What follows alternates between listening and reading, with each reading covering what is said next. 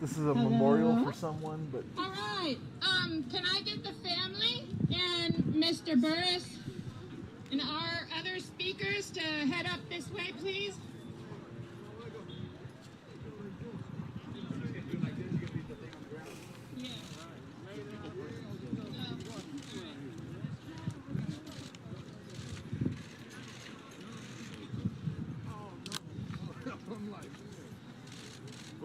We're going to give everybody a minute to park and do all that.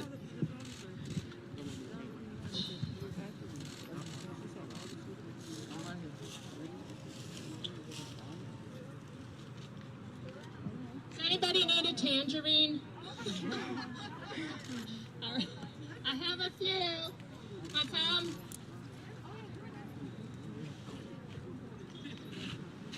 Anyone? Get the money Yeah, in the yeah, rail. come on. Yeah. Here, honey.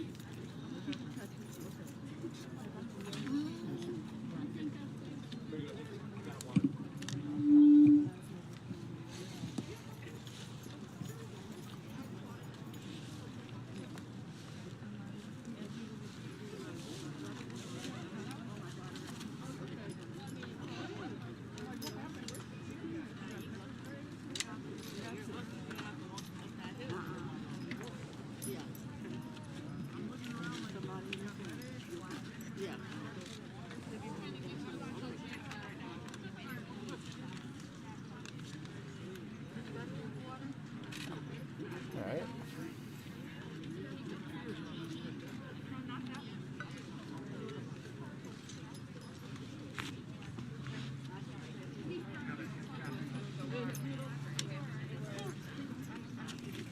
Young press conference.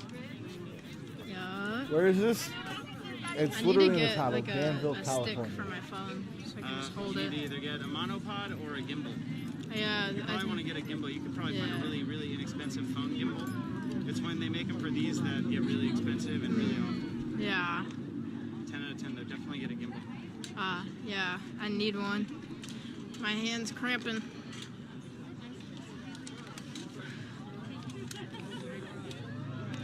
I just hope I can sit here and get a good view. You won't have to maneuver around people. You'll be alright. As long as you get the audio, that's probably the most important thing. Because like, you can repurpose audio. If the video sucks, like the audio is always fine.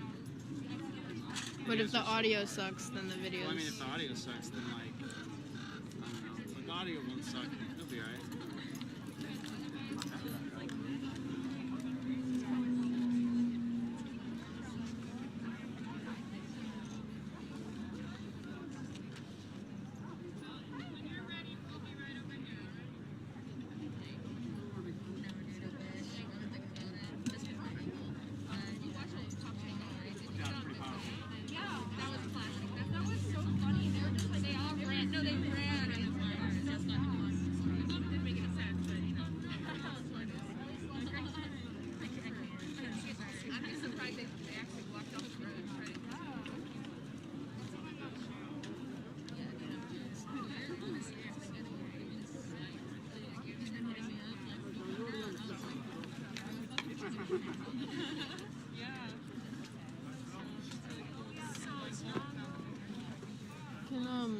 Can you go on the direct action chat?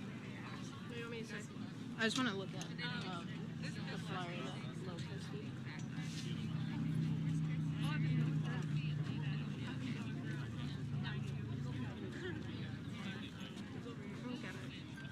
Oh, hold on. That's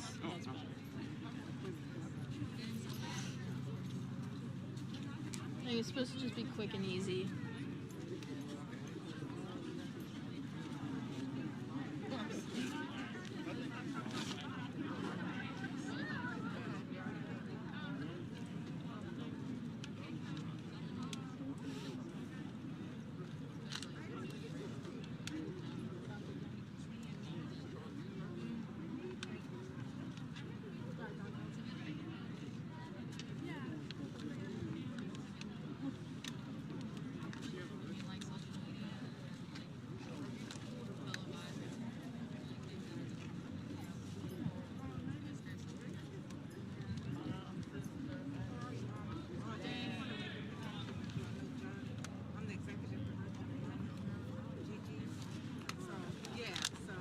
think everything's fine.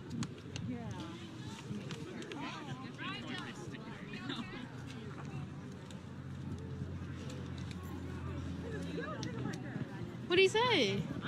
I heard cop.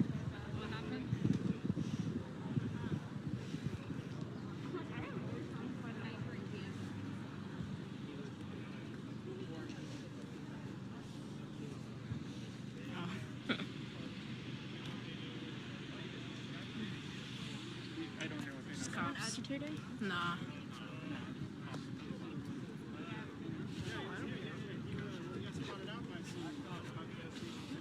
Ben, what up, man? What's up, man? Sorry. And then he got in my face and went like this, and then like I followed him. The bald dude? Yeah, he's obviously acting out. So then yeah, we started over by.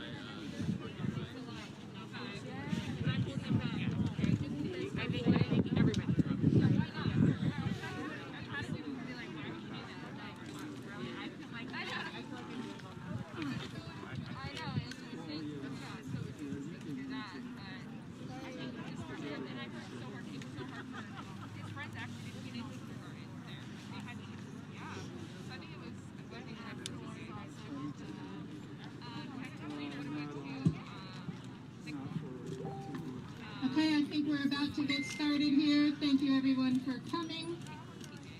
My name's Sevgi Fernandez. I'm with Together We Stand, one of the organizers here today. It really means a lot to us and to the family that you're here. And I'm going to invite up Mr. Burris to come say a few words.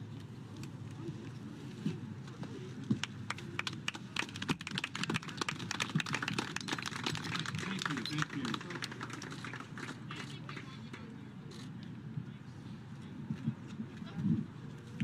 It is unfortunate that there are many cases like this that are happening all the time. And it's very frustrating. Louder! Yes. Okay, louder. Okay. Can you hear me now? Yes. Okay. I'm saying that it's very disappointing and frustrated to have to continue to come to events like this, where young men and or women have been killed under very questionable circumstances. We are in a period where it seems like homeless and mentally impaired people and African Americans, three strikes if you want to say it, all are easily victims of police brutality, misconduct, racial bias, you name it. And it's unfortunate that we are gathered here. As I looked at this matter and having come in here, it is disheartening to me after hearing all that I've heard about Tyrell, that he was a decent man, he was polite, he was kind, he was not aggressive. And those of you who live in this community knew that he was homeless. Some of you knew him from that environment, and you knew what a kind and respectful person that he was. And so this issue that the police claim that he had a knife, that he tried to attack them with a knife, seems totally out of character. I would only say this: the witnesses that I have interviewed clearly have indicated and said, not indicated, have said that Tyrell did not have a knife in his hands at the time. He was not attempting to strike the police. And the police, for whatever reason, Tyrell's hands were up. He was almost like talking with his hands. Wait, did he just say Tyrell? Trying to find out what was going on, and he was shot. And it was a kill shot, to make matters worse. It was directly to his face. I haven't seen many shots like that, but it was. And so for us, it means that we have to do all that we can to find out exactly what happened and to bring this officer to justice if we can. You all know that he was involved in another shooting out here 3 years ago. I'm involved in that case as well. And every time his name comes up, it seeks to justify what he has done. That's not surprising, because that's what cops do. They have to justify it. But it's up to all of us to pull the covers from their statements. We have to uncover the cover-up. That takes time. Certainly I can do it from my perspective, but all of you can demand that the police cooperate, that they give up the videos that they have, because that's a true measure of what happened, and have those videos given up in a manner they have not been doctored and are changed in such a way. It is important for all of us to understand that where we are now, particularly as we look on the eve of George Floyd's trial and what happened to him a year ago, that wasn't the end. And I viewed that at the time as maybe a moment or a movement. Well, it turns out it was probably more of a moment for all of us, because these shootings, unconscionable shootings, are continuing to occur. And we have them in Northern California as much as other people have had them around the world, around the country. But I still maintain that it's up to all of us, collectively, to protest, to make our issues known, our vision shared, and collectively hold the police and the local officials accountable for their conduct. That can only be done by marches like this, appearances at city councils, a program, platform, all of which are designed, because I think we can, at this moment, really deal with the questions of how do you treat the mentally impaired. There is a lot of efforts being made. Some of you are here who've suffered the consequences of deadly force being used against mental-related people and your families. But I think that we can't move the social agenda forward by developing more units that have less law enforcement activities when they're meeting and confronting the mentally impaired. Anyone who saw, from what I gathered, Tyrell would have known that he was mental. They would have known that he was homeless. That in and of itself should have triggered a de-escalation of some kind. It should have meant that you don't have to create a confrontation. It was pretty clear when you guys know, that some of you know, that where George hung out and lived was not far from where he was, shot down in the middle of the street. He was on his way home. And the officers, if they were good officers in this town, they would have known about Tyrell. They would have known, because many of you knew Tyrell out there. And so the fact that they knew him and should have known him and didn't take precautions to save his life is unconscionable. It is sinful, and it's clearly illegal. I think this officer should be prosecuted. This is the second murder that he has committed in 3 years, and that's too many. So I'm pleased that all of you are here. Remember that there are issues that we have to deal with in terms of the homeless, the mentally impaired, and racial bias in law enforcement, because those are the ones that seem to be receiving the brunt of the death and the shooting deaths that are occurring not only in this community but around the world as well. So at this time, I'm going to bring up Tyrell's dad for a few comments, share with us.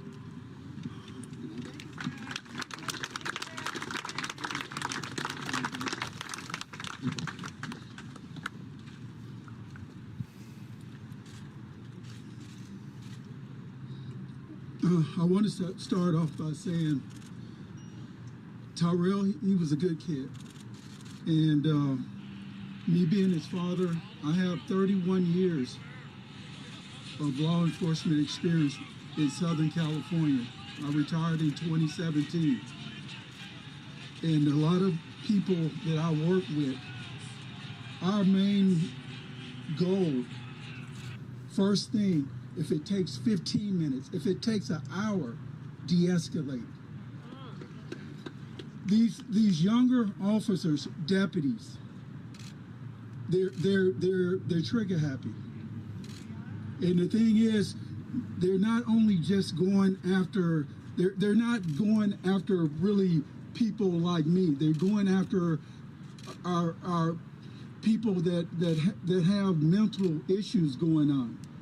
And a lot of this can be solved by de-escalation, and they're not doing it. And they think just because he was homeless, he had people that cared about him and loved him. Right. And I love that boy to death. So, and like I said, this is just one, too many. Just like if we have a past of a DUI 10 years ago, 20 years ago, and you get one today, believe me, it will be brought up again. And apparently this deputy has a problem. And he needs to be removed. And my thing is, there needs to be transparency. If this was justified, they would have had that out there immediately. Something's not right. I don't feel good about this. And they're trying to dot every I and cross every T that they can. Or they want this to go away. As long as there's air in my breath, this will not go away.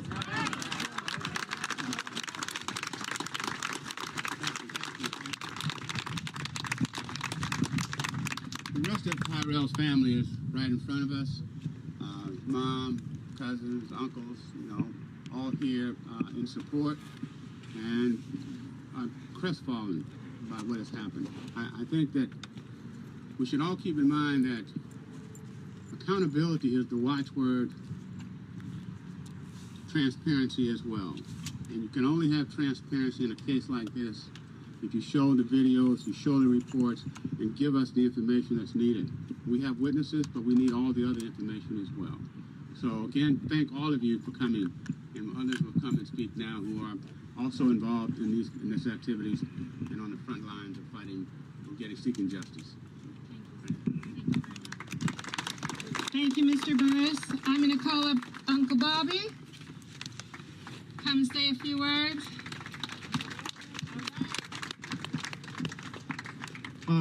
Definitely our condolences to you, the family, from the Oscar Grant family. For all who may not know, I am affectionately known to the community as Uncle Bobby and the uncle of Oscar Grant.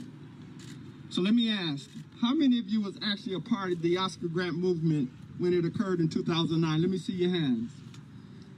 So what we have here is a whole new era of time. Many of you have not been on the front lines the last 12 years like those that raised their hand. This is what is important. It was the community that embraced us, cried with us, went back and forth to court with us, prayed for us, prayed with us, but most importantly, utilized their First Amendment right to speak to the very injustice of what they witnessed to Oscar, like many of you doing today here for Tyrell. It is important that you embrace this family because it is that embrace that gives us the strength to carry on in hopes that we can bring about real change. So as you see them, you pray for them, you tell your friends about the events that may occur as they call out, come into City Hall or what have you, or they may plan a march or whatever. But you got to continue to embrace them. So I'll say it like this, as you know, there's no horror comparable to losing your loved one to the police. And that's because many of us believe that it should not have happened. It didn't have to happen. The power of the police to use deadly force is the most significant responsibility we give any public official. That responsibility must be guided by common sense legislation that protects human rights and saves human life. Now, over these years, that's right. Now, over these years, sadly, every tragic event opens the door for opportunity to bring about real systemic change. In 2015, for you that don't know, you can go to use of force data collection that the California Department of Justice had instituted through AB 71 that we campaigned for, and you can see how many people are being killed in this state. Since Oscar's murder, over 1,300 bodies in the state of California have been killed by the police. So that's telling us we have a problem. How many is that per year? 150 to 175, right? And some of you just getting out here. How many bodies have died and we were at home? And we just kind of watched it on TV and didn't take it in. Now we're here because it hit our home. Now we're out. Danville is out. Danville should have been out 12 years ago, but you're out now. So now let's keep the boots on and let's go to battle to bring about systemic change. 2016, we got AB 953, the Racial Identification Profiling Act passed. That is the reason why Tyrell is dead today. He's a man of color. Now, this is true. If it had been a white young man with a mental crisis, they would have came They would have created space and time. They would have talked him down, or they would have engaged him and put handcuffs on him and took him to jail or McDonald's or what have you, but they would have took him home alive. So you see, thank you. We have an opportunity to really bring about some change. 1421, SB 1421 came in 2018, and that is the right to know. And I heard the father talking about transparency. So you need, with John, to make the request through 1421 to get the history of that officer. Because as John stated and others, he's been involved in shootings before. We don't know how many use of force complaints have been filed against him before he just killed Tyrell. All that's going to come up. And the reason why he turned his video off, for what I thought I read, there's no video. If that's true, and he had a lapel camera on, why did he turn it off? So that is another course of action that we must take here in Danville. That is to make sure that if an officer turns his lapel camera off, that some form of action, if not termination or incarceration, should be the law. This way, we can know exactly what happened. And I'm going to close with another piece of legislation, and that is AB 392. What do I say? Two more, which is true. And the last one is the most important, but AB 392 is the most strictest use of force legislation in this nation that we got today here in the state of California. And we changed the standard from reasonable to necessary. So the question is, was it necessary to kill Tyrell? No. Was it necessary to kill Tyrell? No. Now, if it wasn't necessary, we got to stand behind that legislation, enforce that the DA filed charges on that officer for killing Tyrell because it wasn't what a reasonable officer would have done under the same circumstances. And it's working. In San Diego, Nicholas Bell was killed by the police officer there, and the DA said that he had to file charges on the officer for killing Nicholas Bell because it was not necessary. Stephen Taylor in San Leandro was killed by the officer there, and Nancy O'Malley had to file charges, murder charges against the officer for killing Stephen Taylor because it was not a reasonable standard, but it was the necessary standard. And he killed a man that was in a crisis, a mental crisis state. Here we go. And she found it necessary to charge the officer. As we know, Tyrell had mental issues going on. And I'm sure, like John said, most likely they ever engaged him before. So they was fully aware that he didn't have everything that they thought was proper in the sense of what normal standard human beings may have, and therefore they should have approached him cautiously. This last piece, which is the most critical, is SB 2, which is the decertification law that we're working to pass this year. Senator Bradford has put it forth. Bonta standing behind it, and Bonta today is, as you know, the selected Attorney General of the state of California. So, you Danville folks and everybody out here, we got to keep our direction in mind. If Bonta is standing about police reform, we got to engage him.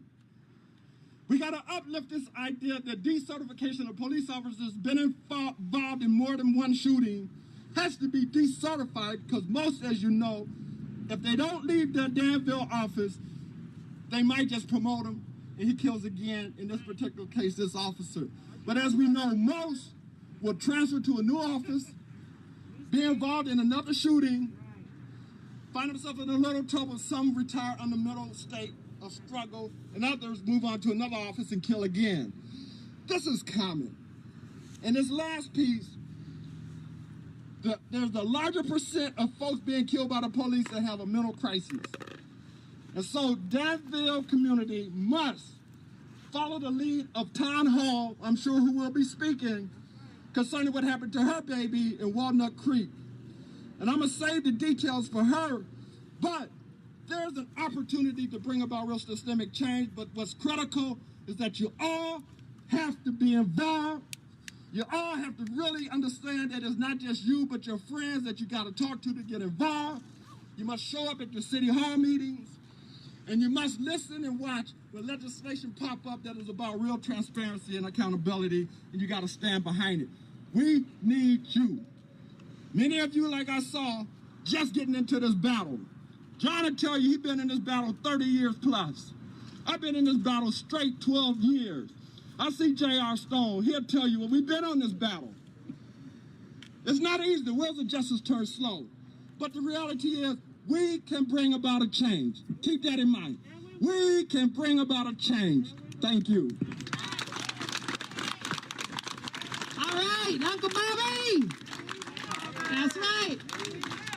Okay, Miss Tonhall, come up. Want me to hold that for you? Hello, family. You guys are now in the club that no one would have thought you would be in, but we are here together, and it is the worst pain, as I know you know already. I don't have to tell you, but I'm here with you. My family's here with you. We stand with you. And I'm so sorry for the tragic loss of your child, the murder of your child. He was taken from you, just as my son, Miles Hall, life was shattered and taken from us. So a little bit just about our family is that Miles struggled with mental illness. We made sure that Walnut Creek knew exactly who our son was and worked with them trying to get resources, and it didn't happen. And they came with guns when he was in a mental health crisis and just needed help. And that can't be, but we're seeing it's happening everywhere. And I was just in Stockton. There was another family who lost their son in December. Same thing, mental health crisis. So it's systemic, and it's happening everywhere. And our family has, we're so blessed by the community support that we've received. And as Uncle Bobby said, it's just not about us. Right? So it's not just about Miles. It's not just about Tyrell now. It's about saving the next people that follow behind us, because we have to be the ones now. Our community has to stand up with us. And that's exactly what we've seen. We're now working, we've pushed Walnut Creek hard as it, but you know what? They have not, literally, after a year, they literally have been just standing firm. But, it's community support that makes sure that we're going to show up at these city councils. We're going to be there, and we haven't gone away. And I tell you, the things that have happened from that is that now we're working with the county to have a non-police response to the mentally ill 24/7. That's in the works right now, a pilot program, and we want it named after Miles Hall. We're also working with legislation. Rebecca Bauer-Kyan in the Arenda office. She's an assemblywoman, and she stepped up. She's like, no, enough is enough. This is happening. It's systemic. And what's beautiful about this is now that there's a new legislation, as Uncle Bobby was talking about. There's another one, and it's called AB 988, and it's called the Miles Hall Lifeline Act. So while somebody saw Tyrell, and John said it clearly in a mental health in a mental health crisis, 988 could have been called.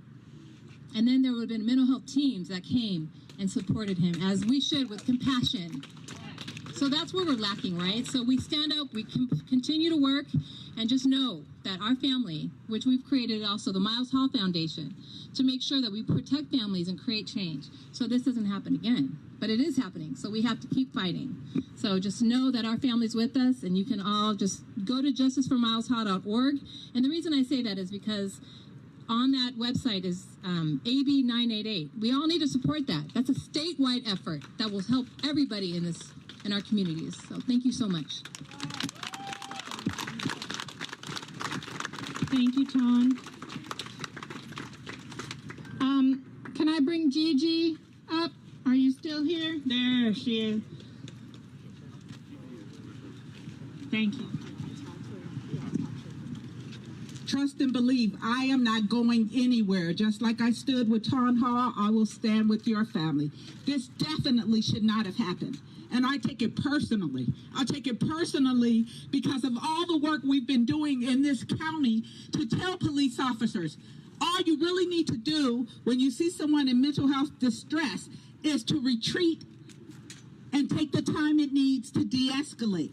So that this happened means that there was a person who hated a black person, in my opinion, and felt like they were ready to get back to work. This officer never should have been in a position where he would be responding to your son while in a mental health crisis. Why? Because he killed another person. So I'm calling these hate crimes. Why? Because in the last year, the individuals who have been killed by law enforcement in this county have all been men of color. That's not an accident. We are weaponizing skin tone. And I don't make apologies for how I feel. I go deep when it's a black person. I go deep because I know that the system, the behavioral health system, do not have programs in place. Even if your son said, hey, I'm ready, I want help. I know I live with mental illness. I'm tired of being unsheltered. We are put in a position where we're rearing African Americans who live with mental illness for one track only, death or incarceration. We're not giving them the services they need. So I'm making a pledge to you, Mom, and family, that I'm gonna ride or die with you, just like I have with every other family. You can put my number in your phone and call me whenever you need to, and I will be there, because we're doing a countywide process right now. We've been meeting for the last month. I've been devoting all my attention to this effort. I can't do things that are just check the box, words on paper, and not lift them up. That is why we do have legislation, and we will be naming the Miles Hall, the non-police response program after Miles Hall. Even if it's not officially done, folks who know what happened will be calling it the Miles Hall prompt. So you think about what you want your son's name to be on. Think about it. Here in Danville, what's his birthday?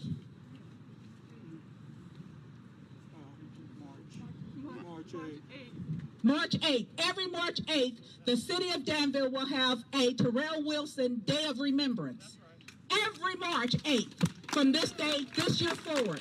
I guarantee you, we'll get a proclamation, we'll go to the city council, they'll mention his name in February for Black History Month, and we'll have that happen. It's a vow, and I keep my promises. So, like I said, this shouldn't be happening.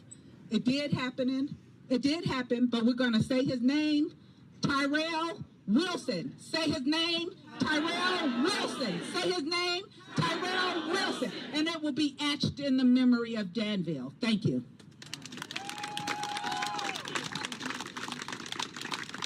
Thank you, thank you. Veronica, did you want to come and say some words?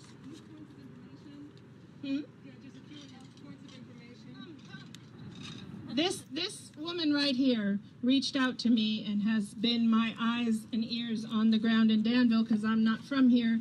She's had a huge part in putting this together, so let's welcome her and thank her. Sorry. First, I'd like to express to the family my deepest condolences, and just, I've already spoken to you, but your son was a very peaceful person. I'm born in Danville, raised, as I've already said. I saw Tyrell almost every day for the past 4 months, and I feel really terrible that I couldn't have done more. Just as Gigi had just spoken of, that there could be more accessible services, that there could be a social worker, someone to come out and meet with him regularly. I just wanted to share a few general basic facts of Danville, just things I know I'd like to share with everyone. The day before Tyrell was shot, the Danville police spent 4 hours talking someone out of suicide. That person may or may not have been armed. I haven't been able to confirm that. I believe they're white, statistically likely white. So it needs to be out there that they can take the time. As Gigi said, most likely this was an issue of they did not value Tyrell's life based on the color of his skin, which is appalling. I'd also like to invite everyone. The next Danville Town Council meeting will be on April 6th at 5 p.m. It's on Zoom. All of you are invited. Please help us put pressure on the local authorities to let them know that we care about this, we're watching them. From Mr. Burris, I just heard that maybe he wasn't wearing the body camera, but they do have footage. I saw with my own eyes them taking down a camera from the intersection at Camino Ramon and Sycamore, so for sure they have footage of the incident as well as footage of that bridge, so we can confirm. We made a request for all of that. I didn't. No, of course. Oh, no, of course. Sorry. Just I wasn't sure about the body camera. Just. No, we made a request for all of that. No, wonderful. So I hope that the footage is released, and so we're going to continue to demand for the footage to be released. I've put some QR codes against there, one for Sebgi's organization, Together We Stand, one for the NAMI, Contra Costa, and one also for the CORE team, which is a mental health outreach team based in Contra Costa County, and also a petition for Tyrell. Just with your blessings, if you're all right, we'd like to just collect some community, get some signatures, build a bit of a network, so that we can be in contact and that we can continue to support each other in pushing for justice for your son. So that's not in the yellow square, but just above the yellow square is the QR code for the petition for Tyrell, just so that we can move forward from here in an organized fashion. And thank you everyone for coming out today. Thank you, Veronica. So we're going to have Samira here. She ran for city council in San Ramon, and she has a few words for us. Hi everyone, my name is Samira. I ran for city council in San Ramon along the lines to defund the police. It's known that in San Ramon and Danville, they share the same police budget. They've had a long history of zero accountability within their police, and it's obvious that they use their money as sort of private protection for private property along with the rich white people who live here. There's no sort of protection or community for Black residents here. And so we need to make sure that, like, as myself, as someone who's a non-Black ally, I need to know how I can help you organize, how I can help basically what parts of the budget that we need to get rid of, because it increases every single year by $1 million. And instead of putting it into social housing programs, we put it more into militarization for private property and white people in this area. So it definitely is a struggle to get through to city council, mostly because they have a lot of influence from a lot of the developers and a lot of the police departments here, so they usually win elections. But we will push, continue to organize, continue to gain justice for these things and not let them go under the rug, because oftentimes in this city, people do not care, generally, only very few handful, and so it is important that we demand that the community will give you guys some justice for what happened, and I'm so sorry. Thank you. So we're going to wrap it up here. I just wanted to say a few words. So my organization, Together We Stand, we advocate for victims of police brutality across the country, and it is nothing new for us to see Black men being killed because they're suffering from mental health illness. And I did not get involved in this because it hit my family. I got involved in this because I have a Black father. He was a Black Panther. I have Black sons, my oldest of which has been thrown up against a car and terrorized by the police because a white woman thought he looked suspicious walking to the pool that he was going to on vacation. That phone call was probably one of the worst that I had, and when I asked my son how he felt afterwards, he said, well, I guess I'm glad I'm alive. And that's the reality that our young Black men and women are facing in this country right now. And we've done a lot of these marches and rallies in Contra Costa County in the last year, and it is important and essential that the work doesn't stop here, right? You don't show up, march, go home, and move on with your life. It's important that we continue, as she said, get involved in the city council. Look at how your police department is funded. Look at how much of your city's budget goes towards the police department. Andrew Hall has been a police officer here for 7 years, and he's killed 2 people in 7 years. That's not a good record. We have to get him out. It's not going to happen unless we all put in the effort. And you've got to go home and you've got to get other people on board. This is not something that changes overnight, and it's not an easy road, but it can happen. But you have to stay dedicated and committed to this process.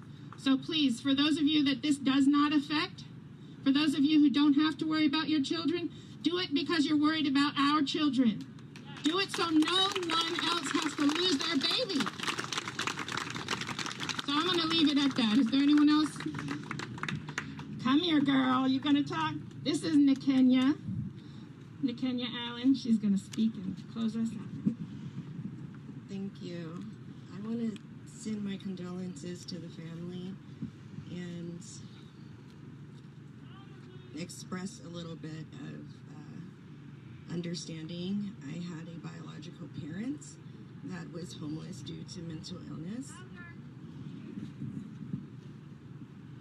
And I know how devastating it is to need to express the humanity of the person that you loved because, again, you know, another police-involved shooting, and the first thing everybody does is do a whataboutism, you know.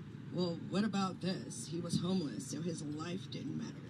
And it's just that lack of humanity that is disgusting to me.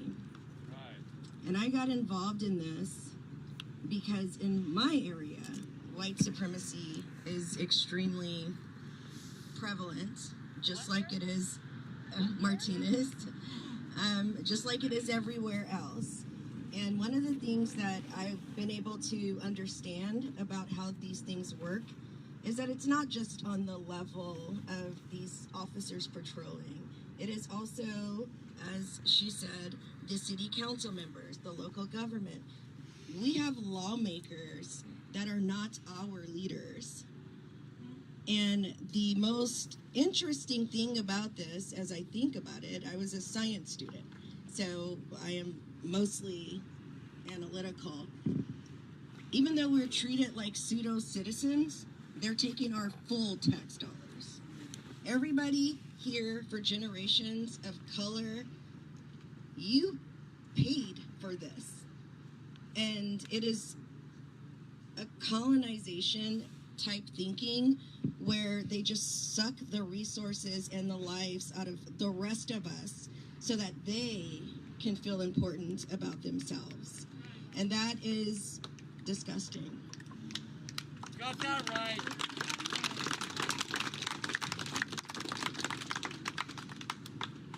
I am also a young mother. My son is only 3, but he is a little black child in a predominantly white neighborhood, and I do not intend to wait until it's my turn.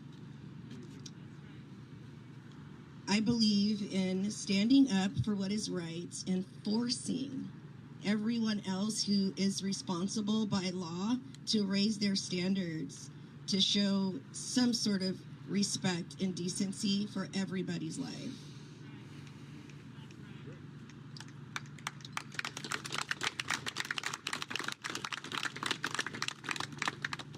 And I want to thank a lot of the people who are here, who's been doing this for 12 years, and all these long years. It probably felt like nobody was listening. You were going up against a brick wall, and there was just never going to be a change. I do think this past summer did something interesting. So America is going to have to make a choice. We're either going to grow or go, because this is not sustainable. We cannot keep paying to have our time wasted and have our babies sacrificed for a lesser being. It is infuriating, and there is nothing radical about protecting your family.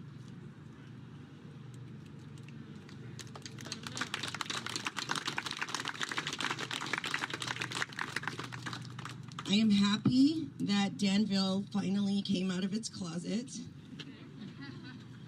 It's not as bad as San Ramon, but it is still what it is. Yes, and as a neighboring city person who is involved in trying to uproot white supremacy, I am happy to be an ally for Danville too, because all of these cities, even though they're not big cities and they're not always on the map, and a lot of the people there are wealthy and they have political power to shut things up, this is where we really need to be using our voices, because that complacency trickles down into the cities and everything else. So, thank you.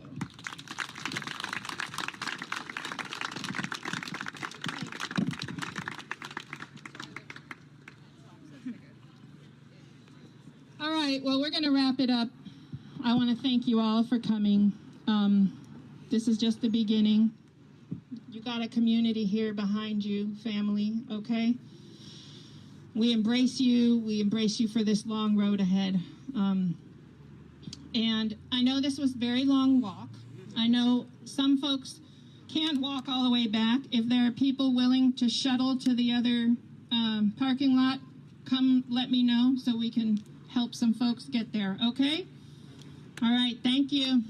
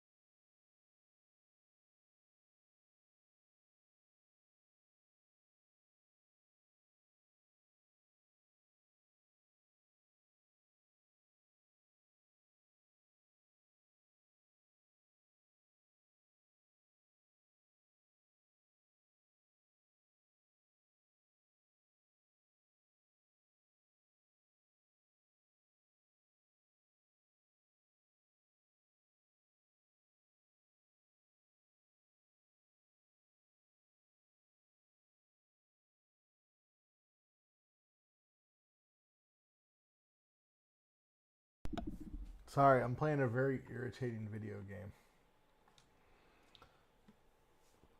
I don't think there is anything right now going on. Yeah, nothing's going on. So who looks like the idiot now? Look, you could have had probably 5 more minutes of me talking, sitting around, bullshitting with you once I realized that the stream was over, but no. Nope, I'm just going to turn it off now, order myself some dinner. So guess what? Fuck you, fuck your mother, and fuck the horse all of you rode in on. You're all fucking gay-ass losers. Fucking bye-bye, faggot.